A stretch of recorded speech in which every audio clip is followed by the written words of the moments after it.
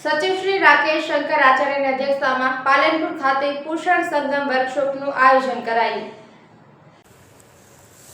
સચિવ શ્રી રાકેશ શંકર આચાર્યની અધ્યક્ષતામાં પાલનપુર ખાતે પોષણ સંગમ વર્કશોપનું આયોજન કરાયું।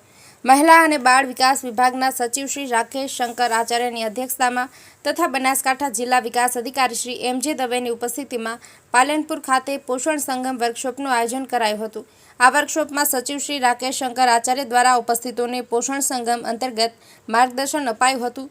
પોષણ સંગમ એ એક પ્રકારનું પ્લેટફોર્મ છે જ્યાં પોષણથી સંકળાયેલી વિવિધ સકારાત્મક પ્રવૃત્તિઓ અને દેશના અલગ અલગ રાજ્યો અને સંગઠનો કે જેઓ પોષણ સુધારણાના ક્ષેત્રમાં કામ કરે છે તેમણે બનાસકાંઠા જિલ્લાની મુખ્ય સેવિકાઓ કે જેઓ છેવાડાના ગામડાઓમાં જઈને કુપોષણ માટે સારી કામગીરી કરે છે તેમના અભિનંદન પાઠવ્યા હતા।